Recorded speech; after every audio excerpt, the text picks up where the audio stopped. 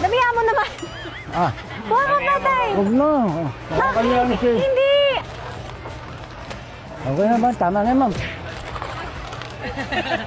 Dami na yan ma'am. Haba buhay ko. Tay! Tumatakbo na siya. Ano pa? Ano pa kailangan natin? Sumakit yung ulo ni tatay. Hindi, wala kaming rep eh. Baka masira lang. Hindi naman nire-rep yan eh. Gusto mo ba rep? Hindi na, mahal sa kuryente. Pag hindi siya tong cart, kuha pa tayo ng cart. Tay, bakit isa-isa?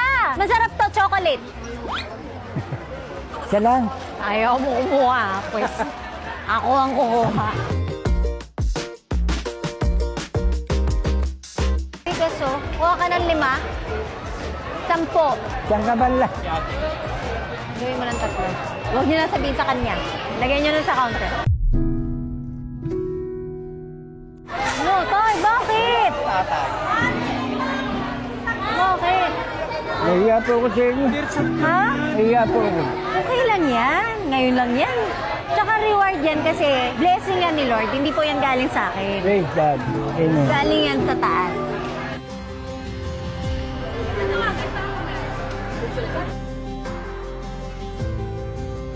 Magkano po nauuwi niyo sa bahay niyo? Minsan po, nasa 450, 4, 300. Tira po kami.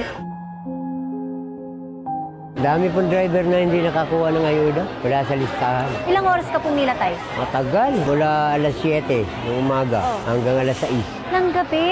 Tapos wala ka nakuha? Nagkano binibigyan nilang ayuda pagka ganyan? 5P. Sakit lang ang damdamin ko. Kasi may nabalitaan pa ako tayo, may namatay sa Sino po? pagpila. Kasi sobrang init, as in tirik ng araw, di ba? Nandun po kami nun. Tumba na lang yung mama. Wala pang kain. Pila na kami. Pang ano nga yun, para gumaan yung buhay niyo, di ba?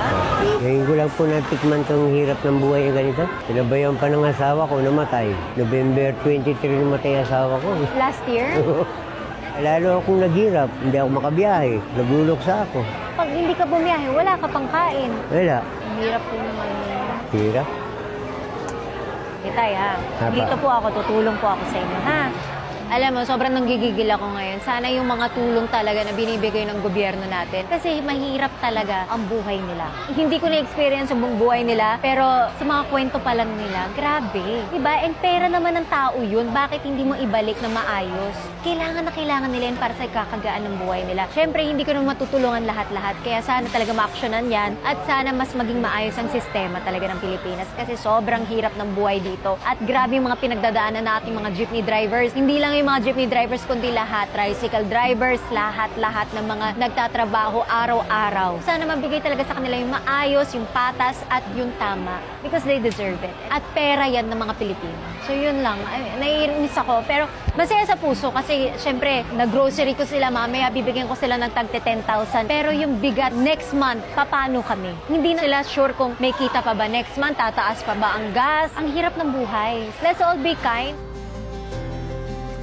Ay, bongga naman nakuha ng ating mga jeepney driver, oh.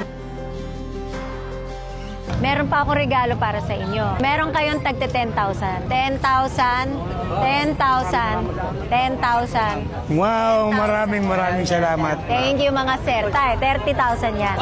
Sobra na yan. Buhay si mga ibana, mabuhay!